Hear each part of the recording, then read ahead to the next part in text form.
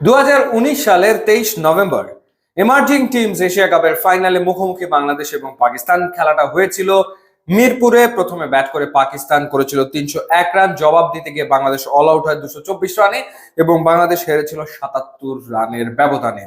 ঠিক 6 বছর পর 2025 আবারও 23 নভেম্বর, আবারও এমার্জিং এশিয়া কাপ, যেটার নাম চেঞ্জ হয়ে গেছে রাইজিং স্টার্স এশিয়া কাপ 2025-এর ফাইনালে মুখোমুখি হতে যাচ্ছে বাংলাদেশ এবং পাকিস্তান।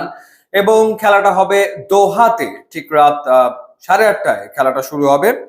এবং এবার কি আকবর আলীর নেতৃত্বে বাংলাদেশ ট্রফি জিতবে কিনা? 2019-এ বাংলাদেশ দলকে নেতৃত্ব দিয়েছিলেন নাজমুল হোসেন শান্ত, সেই দলে ছিলেন সৌম্য সরকার, সেই দলে খেলেছেন আফিফ হোসেন ধ্রুবক, সেই দলে খেলেছেন হাসান মাহমুদ। ইনফ্যাক্ট এবারের টিমে থাকা মাহিদুল ইসলাম অঙ্কন এবং ইয়াসির রাব্বি 2019-এও কিন্তু বাংলাদেশ টিমে ছিলেন। সেবার তারা পাকিস্তানকে হারাতে পারেননি। দেখার ব্যাপার এবার তারা পাকিস্তানকে হারাতে পারে কিনা। পাকিস্তান আনবিটেন এই টুর্নামেন্টে, এখন পর্যন্ত কোনো ম্যাচ হারেনি। তারা হারিয়েছে শ্রীলঙ্কা, আরব আমিরাত, ইন্ডিয়া, ওমানকে। সেমিফাইনালে শ্রীলঙ্কার বিপক্ষে একটা ক্লোজ ম্যাচ তারা জিতে ফাইনালে এসছে।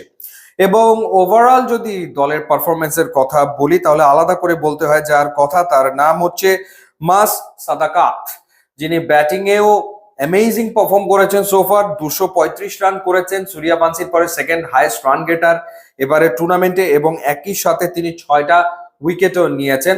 বা লেফট আর্ম স্পিনার, তিনি অলরাউন্ড নৈপুণ্য তিনি দেখিয়েছেন এবং মূলত পাকিস্তানের ব্যাটিংটা তিনি একাই ক্যারি করেছেন থ্রু আউট দ্য টুর্নামেন্ট। তিনি ওমানের বিপক্ষে 96 রানে অপরাজিত ছিলেন, এরপর ইন্ডিয়ার বিপক্ষে 79 রান করে অপরাজিত, আরব আমিরাতের বিপক্ষে 37 রান করে অপরাজিত। ফাইনালি তিনি আউট হয়েছেন সেমিফাইনালে শ্রীলঙ্কার বিপক্ষে 23 রান করে। মজার ব্যাপার, 235 রান তিনি করেছেন। আর পাকিস্তানের পক্ষে সেকেন্ড হাইয়েস্ট রান করেছেন গাজী ঘড়ি, যিনি করেছেন মাত্র 55 রান।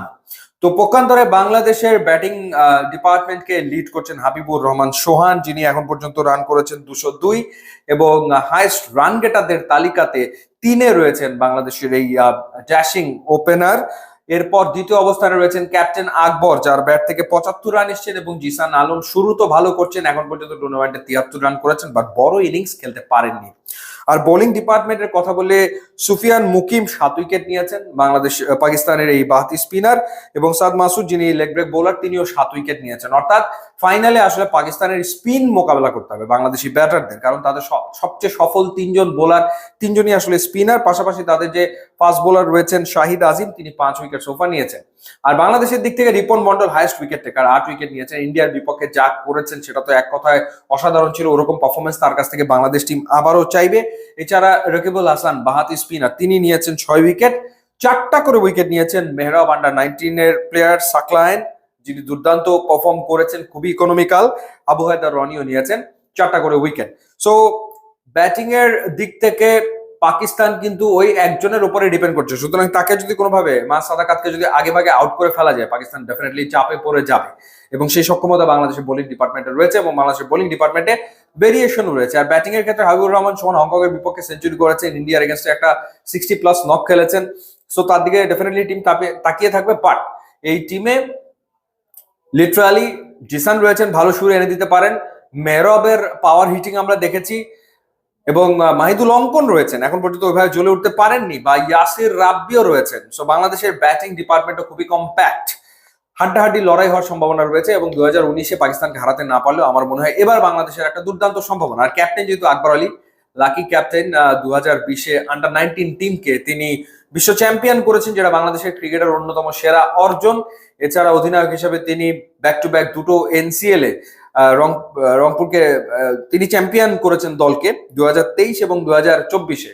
সুতরাং অ্যাজ ক্যাপ্টেন তিনি দুর্দান্ত পারফর্ম করেন, যদি ইন্ডিয়ার বিপক্ষে কিছু ব্লান্ডার করেছিলেন, বাট ফাইনালে নিশ্চয়ই তিনি চাইবেন কোনো ভুলভ্রান্তি না করতে এবং আরো একবার বাংলাদেশকে শিরোপা উপহার দিতে। বাংলাদেশ ইন্টারন্যাশনাল ট্রফি তো সেভাবে খুব বেশি জেতে না, তো সেই ক্ষেত্রে এটা আরো একটা চান্স আর একটা ট্রফি জেতার, এবং এই প্লেয়াররা যদি ট্রফি জেতে তাদের আত্মবিশ্বাস অনেকখানি বাড়বে।